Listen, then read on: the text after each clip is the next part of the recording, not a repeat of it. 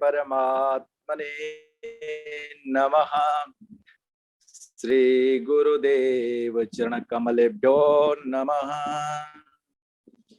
लक्ष्मीनाथ समारंभा नाथ यामोन मध्यमाम् अस्मदाचार्यं पर्यन्ताम् वंदे गुरु परंपराम्।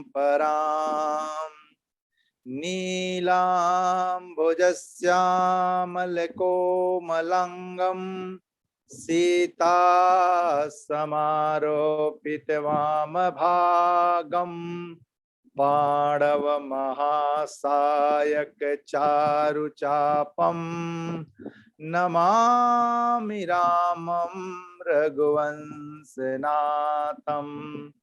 अंजनानंदनं वीरं जानकी शोकनाशनं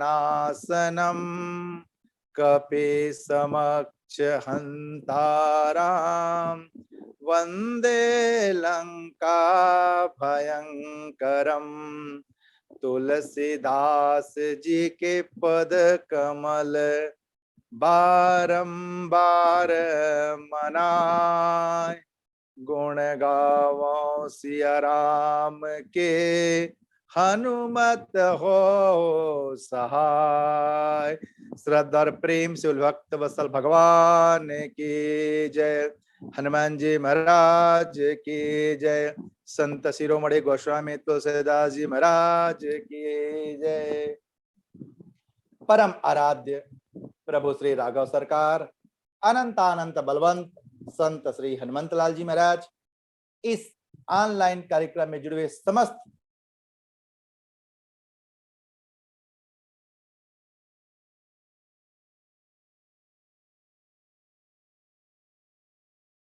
कार्यक्रम सिद्धार्थ कथाकार, हमारे हृदय के अंदर निवास करने वाले हमारे परम आदरणीय भैया श्री झाल सिंह पटेल जी। स्क्रीन के बाएं तरफ आदरणीय पीलाराम भैया जी, आपको भी सादर प्रणाम। दाहिने तरफ नूतन दीदी, आपको भी मेरा अभिवादन। दो ऐसे श्रेष्ठ वक्ताओं जो स्क्रीन के सामने हैं, उनके बीच कुछ कहना माने कुछ गंभीरता में उतरना है। आइए जिन बिंदुओं पे चर्चा करने का प्रयास करूं। गोस्वामी जी महाराज कहते हैं, कैलाश पर्वत पे कथा चल रही, भगवान शंकर सुना रहे हैं और देवी पार्वती सुन रही है। बाल कांड विश्राम, फिर अयोध्या कांड विश्राम। भगवान ने कहा देवी अब सावधान हो जाओ, अभी तक जो दो कांड की कथा सुनी ना, वो जैसे सुन ली, लेकिन अब जो कथा है ना, वो एक्शन के साथ रिएक्शन भी करने वाली कथा है। इसलिए इस कथा को बहुत ध्यान से सुनना।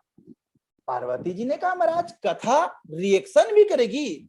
भगवान शंकर करें हाँ। बोले कैसे? भगवान शंकर करें, उमा राम गुण गोड़ अपंडित मुनि पावई बिरती, अपावई मोह विमूढ़ जे हरि विमुख न धर्म रते। भगवान शंकर का देवी ये कथा दोनों काम करती है।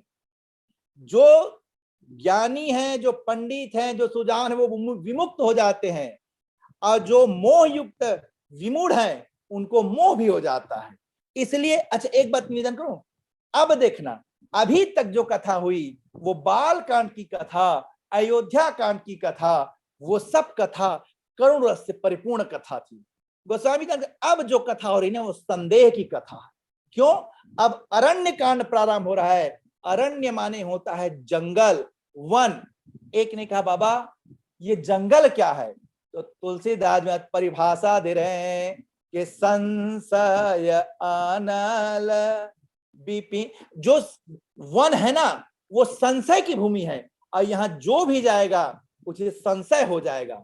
तो देवी अब मैं जो कथा सुना रहा हूं ना वन की कथा है, इसमें हो सकता है सुनने वाले को संशय हो जाए, इसलिए बड़े ध्यान से सुनना। एक बात देखें, अभी थोड़ी देर पहले जहां अयोध्या कांड विश्राम हो रहा है वहां भगवान राम अब भरत जी अलग हुए हैं। भरत जी महाराज अयोध्या पहुंचे, अब भगवान राम चित्रकूट में निवास हैं। पार्वती ने कहा महाराज राम जी की कथा सुनाना प्रारंभ कर रहे हैं, वन में क्या हो रहा है, पहले ये तो बता दो भरत जी अयोध्या में क्या कर रहे हैं। पहले भरत जी को जान ले फिर राम जी को जान लेंगे क्या कर रहे हैं। तो भगवान शंकर कह रहे हैं देवी जो घर में बैठा है, जो अयोध्या में है, वो तपस्या कर रहा है। जटा जोट सिर मुनि पट धारे, अमही खनि कोस सा थरे सवारे। जटा जूट, भरत जी जटा जूट बनाए और तपस्या कर रहे हैं। कहा? अयोध्या में। गोस्वामी जी लिखते हैं अब कैसी अयोध्या? कहते ही पुर बसई भरत बिनु रागा, चंचरी जिमी चंपक बागा। तेही पुर बसई, भरत जी का क्या चल रहा है? का तप चल रहा है। और राम जी का क्या चल रहा है? तो गोस्वामी जी कहते हैं एक बार चुनी कुसुम सुहाए, निज कर भूषण राम बनाए। राम जी का श्रृंगार चल रहा है और भरत जी की तपस्या चल रही है। अभी थोड़ी देर पहले दोनों भाई अलग हुए हैं, एक अयोध्या को प्रस्थान किया, एक चित्रकूट में निवास है, पर गोस्वामी जी का काम बदल गया। भरत जी में तपस्या में लीन हो गए, अब भगवान राम श्रृंगार कर रहे हैं।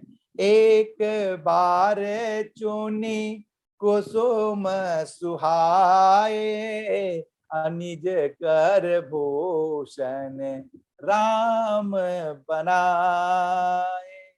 सीता ही पहिरा ए प्रभु सादर, बैठे फटिक शिला पर सुंदर। सीता ही पही, अच्छा एक तरफ राग एक तरफ अनुराग, दोनों एक साथ चल रहा है। भगवान राम जी सीता जी की श्रृंगार कर रहे हैं। गोस्वामी जी महाराज कहते हैं, अच्छा एक बात निवेदन करूं, राम जी अपने हाथ से माता सीता के लिए आभूषण बना रहे हैं, कुसुम के आभूषण बनाए, फूलों के आभूषण बनाए, अब पहनाना शुरू किए। अब गोस्वामी जी ऐसा लगता है बिल्कुल जैसे कैमरा लिए बैठे हैं, इतना सटीक वर्णन। गोस्वामी जी कहते हैं कि सीता ही पहिरा ये प्रभु सादर, शब्दों पे थोड़ा सा गौर करेंगे। सादर माने आदर के सहित राम जी सीता जी का श्रृंगार कर रहे हैं। अच्छा आदर किसका किया जाता है? जो आदरणीय हो, जो अपने से श्रेष्ठ हो, जो अपने से बड़े हो, उनका आदर होता है। तो क्या पत्नी पति से बड़ा? पत्नी और पति के बीच में बड़े कौन है? होना क्या चाहिए? राम जी क्या कर रहे हैं? अच्छा गजब की बात देखना पीलाराम भैया, रामचरितमानस के दो भगवान हैं और दोनों यही काम कर रहे हैं। भगवान राम सीता जी का आदर कर रहे हैं, पत्नी की आदर। और भगवान शंकर दूसरे भगवान हैं, वो क्या किए? तो गोस्वामी जी लिखते हैं कि जैसे ही पार्वती जी को पता चला कि भगवान बैठने वाले हैं, तप में जाने वाले हैं, समाधि में जाने वाले हैं, पार्वती जी भगवान के भोले बाबा के पास जैसे पहुंची तो भोले बाबा क्या रहे हैं? गोस्वामी जी महाराज कहते हैं कि जानी प्रिया अति आदर कीना, अबाम भाग हर आसन देना जानी प्रिया। भगवान शंकर अति आदर कर रहे हैं किसका? पत्नी का। जानी प्रिया अति आदर कीना, अबाम भाग हर आसन दीना। अच्छा, हिमालय पर्वत पर भगवान शंकर पत्नी पार्वती का अति आदर कर रहे हैं, तो चित्रकूट के पहाड़ों पर राम जी पत्नी सीता की सादर कर रहे हैं। सीता ही पहिरा ए प्रभु सादर, बैठे फटेक शिला पर सुंदर। एक ने भोले बाबा से पूछ दिया, बाबा हमारे यहाँ तो जो बड़े हैं, जो श्रेष्ठ हैं, जो पूज्य हैं, उनका आदर होता है, उनको हम आदरणीय सम्मानी कहते हैं, छोटों को थोड़ी ना हम आदरणीय सम्मानी कहते हैं। तो आपके लिए आपकी पत्नी इतनी बड़ी हो गई कि आप उसका अति आदर कर रहे हैं। भोले बाबा ने कहा, भाई अगर इस प्रश्न का उत्तर चाहिए तो हमारे सरकार राम जी से पूछो। क्यों? हम तो सेवक हैं, स्वामी जैसा करता है वैसी सेवक करने लगता है। तो बोले आपके स्वामी भी यही करते हैं? भोले बाबा ने कहा, वो भी अपने पत्नी का क्या कर रहे हैं देख लो। सीता ही पहिराए प्रभु सादर। सादर भोले बाबा से पूछा, पत्नी का? अच्छा, दोनों का काम आदर से नहीं चल रहा, आदर के ऊपर की स्थिति। भगवान राम आदर से ऊपर सादर, अब भगवान शंकर आदर से ऊपर अति आदर। जानी प्रिया अति आदर कीना। भोले बाबा से पूछा, बाबा पत्नी आदर करने योग्य है? भोले बाबा ने कहा, हाँ, वो पत्नी आदरणीय है, वो पत्नी सम्माननीय है जो पत्नी भगवान से जुड़ी हो, जो पत्नी भगवान की कथा से जुड़ी हो। अभी तक पार्वती जब तक भगवान की कथा नहीं पूछी थी तब तक भोले बाबा की दृष्टि में आदरणीय नहीं थी। लेकिन जैसे ही पार्वती ने प्रश्न किया कि प्रभु वो अब कथा सुनाओ, तो भोले बाबा का जो कथा से जुड़ गए, जो भगवान से जुड़ जाए, वो सामान्य नहीं है, चाहे छोटा हो चाहे बड़ा हो। हम लोग भी जैसे मंचों में जाते हैं सबका प्रणाम करते हैं, सिया राम मैं सब जग जानी। जो भगवान से जुड़ा है, जो भगवान की कथा से जुड़ा है, वो चाहे रिश्ता में छोटा हो बड़ा हो। अच्छा, एक बात निवेदन करूं, हनुमान जी के सामने रावण सिंहासन पे बैठा है और हनुमान जी सामने खड़े हैं। हनुमान जैसा संत जो जान रहा है कि यही रावण सीता जी का हरण करके लाया है, उसके बाद भी हाथ जोड़ रहे हैं, नम्रता के साथ करें कि बिनती कराव जोरी कर रावण, सुना हुमान तजी मोर सिखावन, बिनती करा।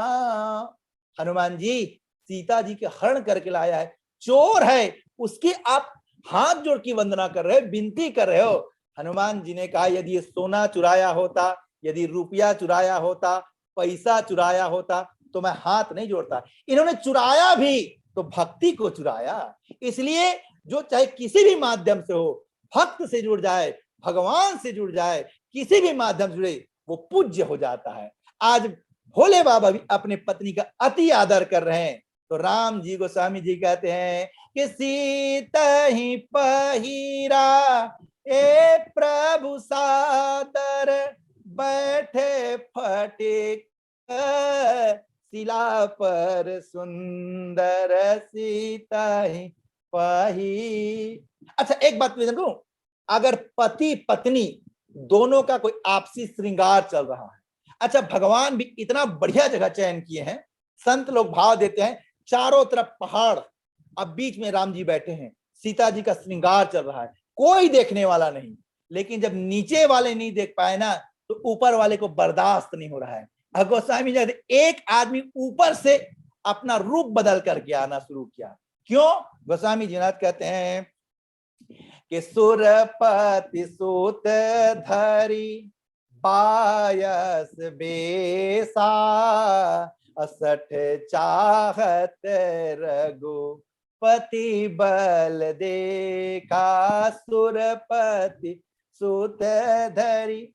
एक बात निवेदन करूं, मानस में दो कौआ है भैया, एक असली कौआ, एक नकली कौआ।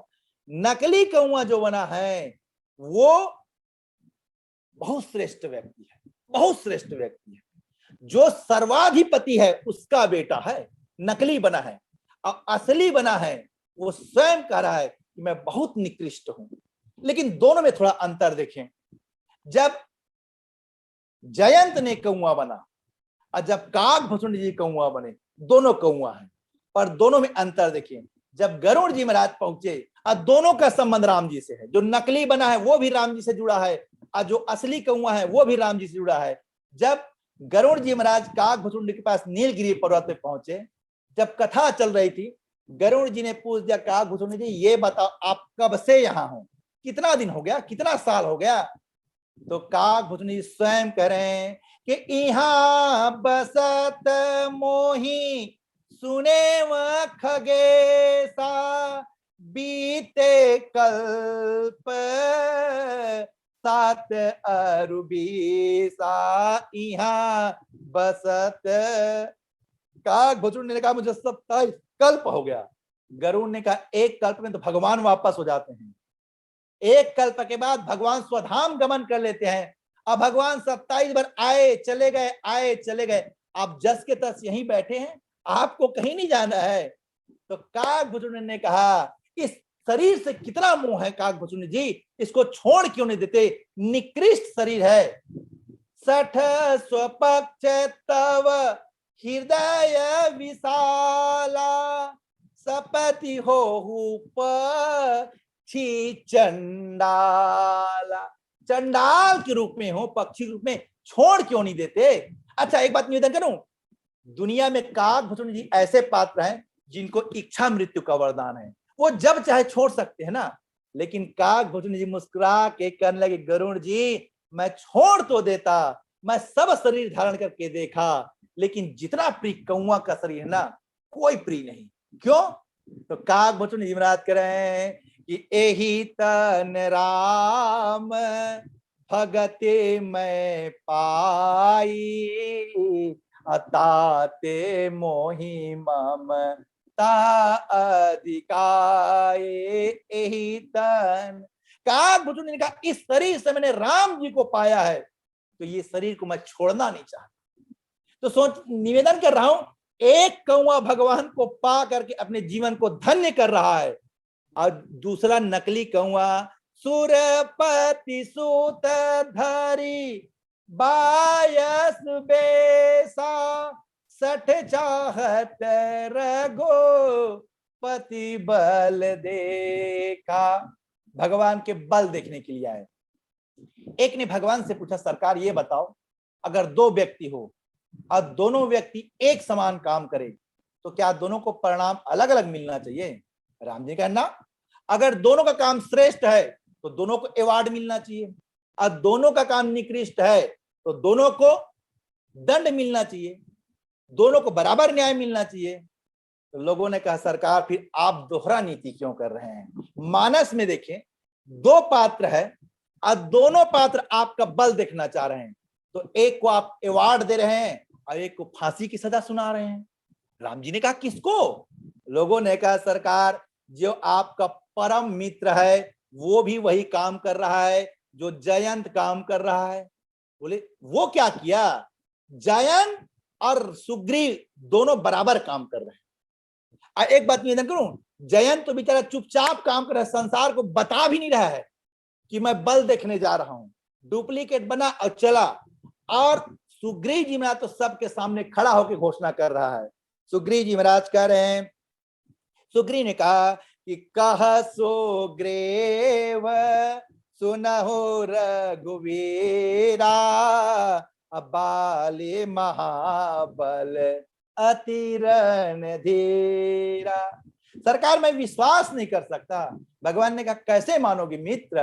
तो सुग्रीव ने कहा सरकार परीक्षा दे दो बल की, अब मैं आपके बल को देख करके मैं आपके ऊपर विश्वास करूंगा।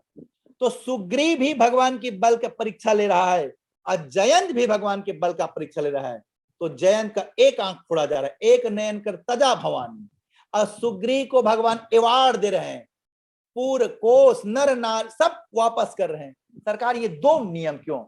भगवान ने कहा बहुत अच्छी प्रश्न किए हो, बहुत बढ़िया प्रश्न है। दोनों ने मेरा बल देखना चाहा, लेकिन दोनों में अंतर यह है बल देखने का तरीका क्या है। मेरा सिद्धांत जानते हो दुनिया वालों, मैं सब कुछ बर्दाश्त कर सकता हूं, मैं कोई भी चीज स्वीकार कर सकता हूं, लेकिन एक चीज से मुझे एलर्जी है। बोले कौन सा चीज सरकार, जल्दी बताओ।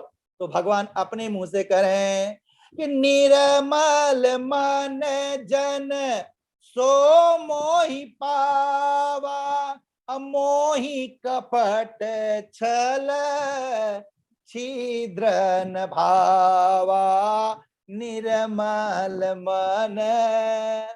भगवान ने कहा मन अगर निर्मल होना तो मेरा सर्वस्व ले लो, मैं देने के लिए तैयार हूं, लेकिन छल कपट करोगे तो मुझसे बर्दाश्त नहीं होगा।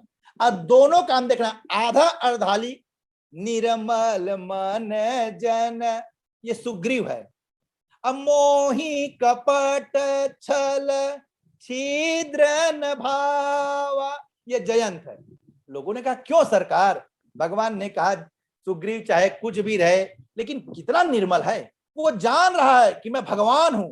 हनुमान जी बता चुके हैं कि जो सामान्य व्यक्ति तो नहीं है जो दो गुण उठ के आए हैं, भगवान है। अब मनुष्य के रूप में देखोगे चक्रवर्ती सम्राट महाराज दशरथ के पुत्र हैं, ऐश्वर्यवान है, सब कुछ जान रहा है सुग्रीव, उसके बाद भाई कितना निर्मल है उसका मन, जरा भी कपट नहीं, छल नहीं, छिद्र नहीं, सीधा मन में जो बात है उसे मुंह के द्वारा प्रकट कर रहा है। सरकार आप जो होंगे भगवान, होंगे आप चक्रवर्ती सम्राट महाराज दशरथ के पुत्र, लेकिन जब तक मैं परीक्षा ना ले लूं मुझे विश्वास नहीं होगा। कितना निर्मलता है। भगवान ने कहा बस यही निर्मलता ने मुझे मेरा मन जीत लिया, और मैंने सुग्रीव के सामने परीक्षा दे करके उसको अपना मित्र बना के अवार्ड दे दिया। लेकिन जयंत यही गलत कर रहा है। जयंत भी आता, अब मुझसे कहता कि सरकार मैं बल देखना चाहता हूं, जैसा चाहे मैं अपना बल दिखा देता, लेकिन कर क्या रहा है जयंत? कसुरपति सुत धरी बायस बेसा, सठ चाहत रघो पति बल देखा, सुरपति सुत। एक बात निवेदन करूं, ये जो जयंत है, इंद्रपुत्र जयंत, भगवान मुस्कुराए। भगवान ने कहा जयंत तुझे इतना भी पता नहीं है कि मैं तेरे बाप के लिए, तेरे पिता के लिए इस धरती पे कष्ट सह हूं, और कोई दूसरा कारण नहीं है। अरे मैं भी चक्रवर्ती सम्राट महाराज दशरथ का पुत्र हूं, राजकुमार हूं। अगर मैं वन वन भटक रहा हूं ना तो तुम्हारे पिता की वजह से। बोले क्यों? इसलिए भटक रहा हूं कि जनी डर पाहू मुनि सीध सुरेसा, तुम ही लागी धरो नरवेसा, जनी डर पाहू। तुम्हारे पिता को मैंने वचन दिया है, और उसी वचन के पालन करने के लिए मैं वन वन भटक रहा, कोई दूसरा कारण नहीं है। और उसके बाद तुम आकर के मेरा बल देखना चाहते हो। अब बल देखने का सिस्टम भी देखें। और एक बात निवेदन करूं, रामचरितमानस का सूत्र देखें।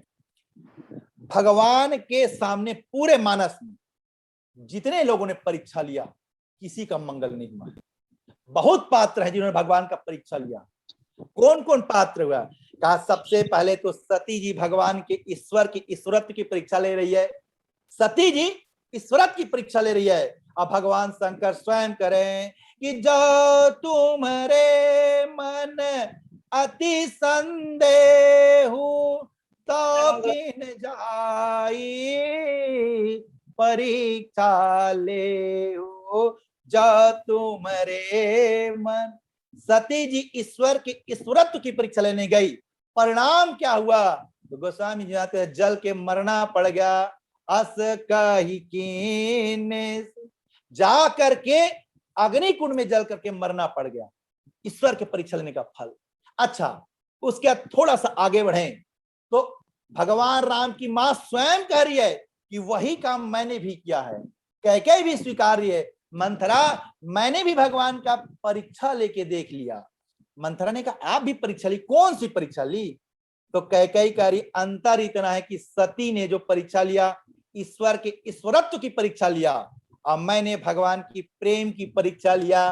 कह करिए कि मो पर कराही स्नेह विशेषी, मैं करी प्रीति परीक्षा देके मो पर कराही। मैं निवेदन कर रहा हूं, कई भगवान के प्रेम की परीक्षा ली। परिणाम क्या हुआ? परिणाम ये हुआ कि संसार में कितना बड़ा कलंक लग गया, मंगल नहीं हुआ है। और जयंत भगवान के बल की परीक्षा ले रहा है। गोस्वामी जी महाराज कहते हैं कि सुरपति सुत धरी बायस बेसा, 60 चाहत रघो पति बल देखा। जयंत ने भगवान के बल की परीक्षा लिया। हुआ क्या? परिणाम क्या मिला? एक नयन कर तजा भवानी, काना हो गया, एक आंख से चला गया। तो गोस्वामी जी से पूछा, बाबा भगवान परीक्षा से प्राप्त नहीं कर सकते? गोस्वामी इतिहास खोल के देख लो, आज तक भगवान को किसी ने परीक्षा से नहीं पाया। अच्छा, भगवान को पाने के कई लोग अनेक प्रयास किए। अच्छा, मानस में एक पात्र ऐसा भी है जो भगवान को समीक्षा के द्वारा पाना चाह रही है। अब वो पात्र कौन है? गोस्वामी जी कहते हैं कि सुपर्णखा रावण कै बहिनी, अदोष्ट हृदय दारुण जस अहनी। सुपर्णखा ने ना तो भगवान का परीक्षा लिया और ना भगवान की प्रतीक्षा किया, भगवान से समीक्षा कर रही है। माने परीक्षा और प्रतीक्षा के बीच का स्टेप है समीक्षा। समीक्षा मतलब तुलनात्मक। तो जैसे सुपर्णखा पहुंची भगवान से करी है कि तो सम पुरुष न अमोसम नारी, यह संयोग विधि रचे विचारी। ये समीक्षा है, आप ऐसा तो मैं ऐसा, आपका इतना तो मेरा इतना, ये समीक्षा है। गोस्वामी जी ने जो समीक्षा की उसका परिणाम क्या हुआ? लक्ष्मण अति लांघव सो और नाक कान बिनु कीन। लक्ष्मण का नाक कान काट दो, ये हमारी समीक्षा कर रही है। तो मैं निवेदन कर रहा हूं, जिसने परीक्षा लिया उसका भी अमंगल हुआ, जिसने समीक्षा किया उसका भी अमंगल हुआ। तो गोस्वामी जी से पूछा गया, बाबा भगवान कैसे मिलेंगे, भगवान किससे प्रसन्न होंगे? तो गोस्वामी जी आते, भगवान केवल प्रतीक्षा से प्रसन्न होंगे। एक बात निवेदन करूं, भगवान के प्रतीक्षा करने वाला व्यक्ति एक कदम चला हो तो बताओ। भगवान की प्रतीक्षा करने वाले मानस में लाइन लगी हुई है। कौन प्रतीक्षा किया? तो गोस्वामी गंगा के किनारे केवट प्रतीक्षा कर रहा है, जंगल के आश्रम में सबरी प्रतीक्षा कर रही है। अच्छा, केवट एक कदम चला भगवान के लिए, कहीं गया भगवान को पाने के लिए? क्यों? इसलिए नहीं पड़ा कि जो व्यक्ति भगवान की प्रतीक्षा कर रहा है उसे पाने भगवान स्वयं चल करके आते हैं। अब आप भगवान की परीक्षा लेना चाहोगे, जीवन में अमंगल हो जाएगा। गोस्वामी जी मानस में सूत्र दे रहे हैं, भगवान ना तो परीक्षा का विषय है ना भगवान समीक्षा का विषय है। भगवान अगर विषय है तो केवल प्रतीक्षा का विषय है। आज जयंत भगवान का बल देखने गए। अब गोस्वामी जी बड़ी विचित्र बात कहते हैं, जब भागा वहां से, गोस्वामी जी कहते हैं कि सीक धनुष सायक संधाना। मैं कथा सब जाना है, उस ओर ना ले चलूं, केवल भाव रखने का प्रयास करूं। सीता जी के चरणों में चोंच मारा, जयंत भगा, भगवान ने सीक का धनुष लगा दिया। ये बात सीता जी को इतना अच्छा लगा कि बताओ, जो व्यक्ति मेरे चरणों में थोड़ा सा चोट लगे तो भगवान सहन नहीं कर पाते, और सीधा सीक का धनुष बना जो है, माने भगवान को अपने धनुष बाण लाने की भी देरी नहीं थी, जो मिला उठाया फेंक दिया। लेकिन गजब की बात देखना, वही सीता जब लंका में बैठे विलाप कर रही है तो वही बात सोच रही है। हनुमान जी जब पहुंचे, सीता जी ने हनुमान जी से कहा, हनुमान एक बात बताओ, मेरे स्वामी इतने कोमल थे कल तक, और आज इतने कठोर कैसे हो गए? हनुमान जी ने कहा, मैया कैसे कोमल थे और कैसे कठोर बन गए? सीता जी ने कहा कि जो जयंत मेरे चरणों में केवल चोंच मारा, उसको भगवान ने अपना धनुष बाण उठाने की में देरी नहीं की, अस्सी का धनुष सायक संधाना, उसी का धनुष बाण बना के छोड़ दिया। और जो व्यक्ति मेरा हरण करके मुझे बंदनी बना के लंका में ला के बिठा दिया, उसके लिए भगवान के पास कोई बाण नहीं है क्या? हनुमान जी ने कहा मैया आप कैसे सोच ली कि जो छोटा सा चोंच मारा, हल्का सा ब्लडिंग हुआ, उसके लिए इतना बड़ा, और जो आपका हरण कर ले उसके लिए कोई बाण ना हो। तो सीता मैया ने कहा फिर बाण छोड़ा क्यों नहीं भगवान ने अभी तक? हनुमान जी ने कहा मैया हो सकता है भगवान छोड़ दिए हो और हमको पता ना हो। अब मैया एक बात बताऊं, अगर भगवान ने छोड़ा ना तो दुनिया वाले जाने या ना जाने, कि आपको जरूर पता है कि भगवान ने बाण छोड़ दिया है। सीता जी ने कहा कैसे हमको पता होगा हनुमान? हनुमान जी ने कहा मैं अभी अभी सुना हूं, जब रावण आपके सामने आया था तो आप रावण से कह रही थी कि असमन सामोझी कहती जान की खल सुधि नहीं रघु वीर बान की अस मन समूझी। रावण तुझे भगवान के बाण को याद कर, स्मरण कर, भगवान का बाण वहां से छूट चुका है, स्टेशन से निकल चुका है। सीता जी करे खल सोधि नहीं रघुबीर बाण की। तो मैया आप ही तो कह रही थी रावण को कि बाण निकल गया है, बाण से तो डर। सीता जी ने कहा वो बाण कहाँ है?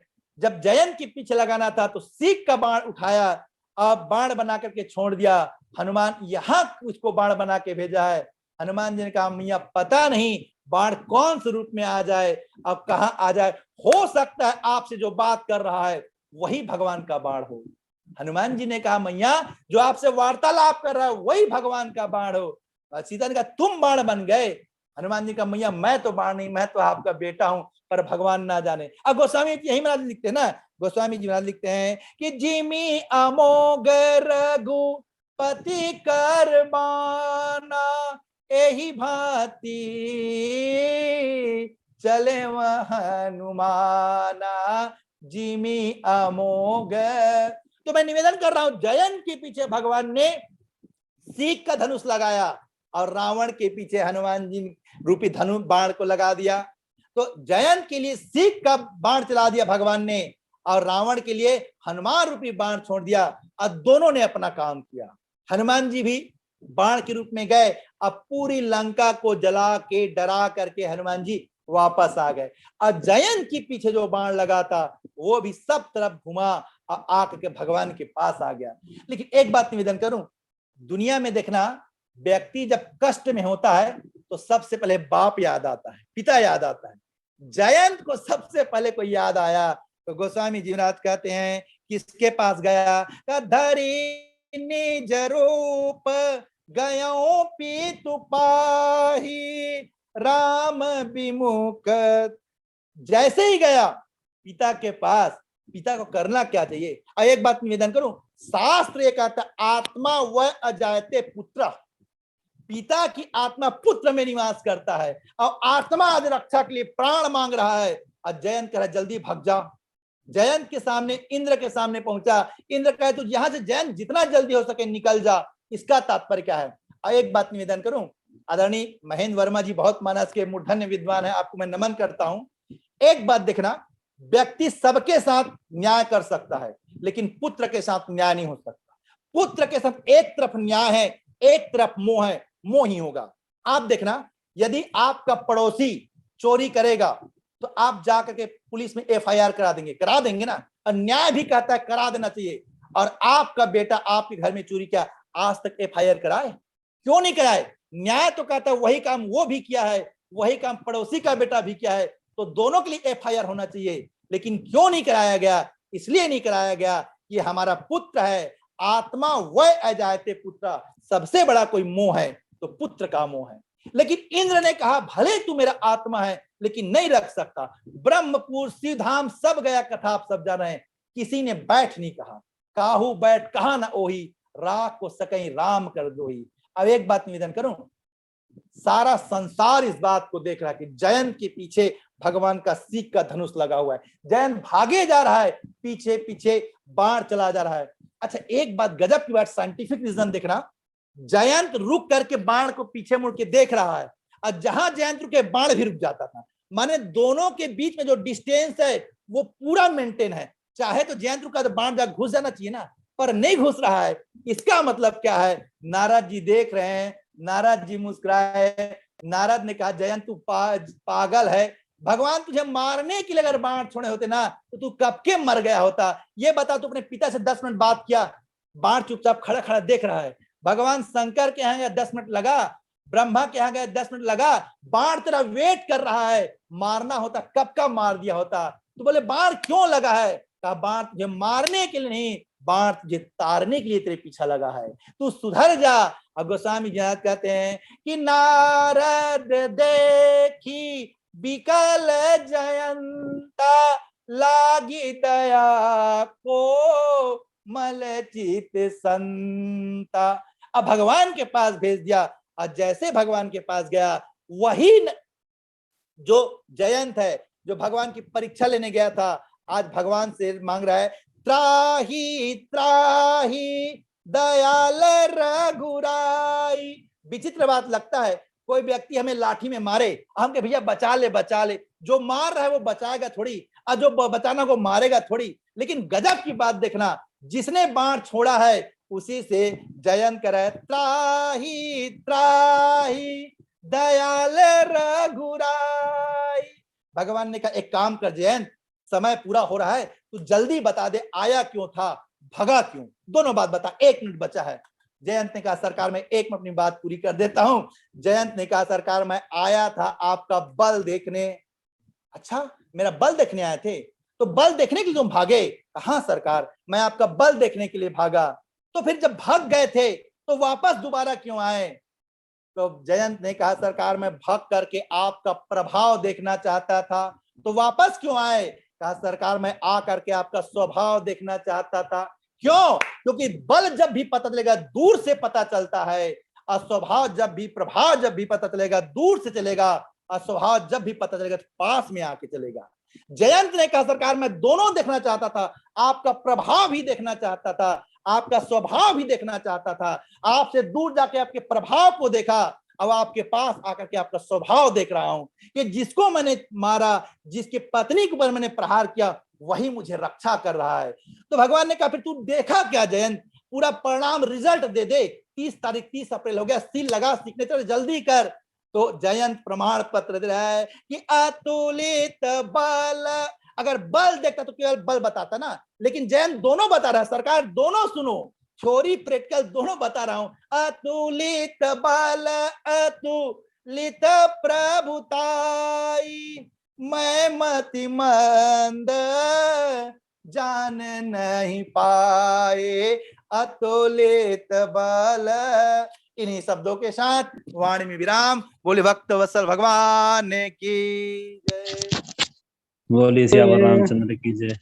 बहुत बहुत धन्यवाद महाराज जी, बहुत आनंद।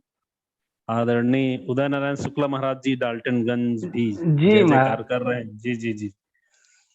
देखिए, सूरपति सुत कहने से जयंत के कुल, उसके पिता का शील, उसका निवास स्थान आदि का जैसा सहज बोध होता है, वैसा सूरपति सुत कहा गया। जयंत कहने से ऐसा बोध नहीं होता, इसलिए जयंत लिखा गोस्वामी जी ने। और इस घटनाक्रम में ऊंच निवास नीच करतूती की बात जो है वह कहावत चरितार्थ होती है। आखिर जयंत कौवा क्यों बना? तो काक समान पाक रिपु प्रीति छली मलिन कतहु न प्रतीति, यह वचन ध्यान में लेकर और पाक रिपु का पुत्र ही काक बना देखकर सहज ही यह समझ में आ जाता है कि यह किसकी प्रेरणा से, किसके कहने से ऐसा कर रहा है। इसमें शुरू में जो कहा गया कि एक बार चुनी कुसुम सुहाए, यह जयंत प्रकरण का प्रस्तावना मात्र है। श्रृंगार लीला का वर्णन करना गोस्वामी जी का हेतु नहीं है। यहाँ प्रभु शब्द लिखा है, प्रभु शब्द से ही यह जान पड़ता है कि यह कोई मनुष्योचित लीला नहीं है, भगवान है, सर्वसमर्थ है, और इसमें किसी को किसी प्रकार का मोह नहीं होना चाहिए। और यह परमात्मा है कि नहीं, यह इस संशय के कारण ही जयंत मोहग्रस्त हो गया। जिसके जय का अंत हो जाए वही जयंत है। इस प्रकरण में आप देखेंगे कि जयंत जिसके संबंध में जिसकी उपमा दी गई थी पहले, वह आज कौवा के रूप में जब उपस्थित हुआ तो ऐसा लगता है कि वाकई में उसके जय का अंत हो गया है। बहुत सुंदर भाव आपके द्वारा आदरणीय मनहरण वर्मा जी ने यह इच्छा व्यक्त की थी कि आपके श्री मुख से कथा सुना जाए। तो आप सभी श्रोताजन जितने जुड़े हुए हैं सभी के प्रति आभार।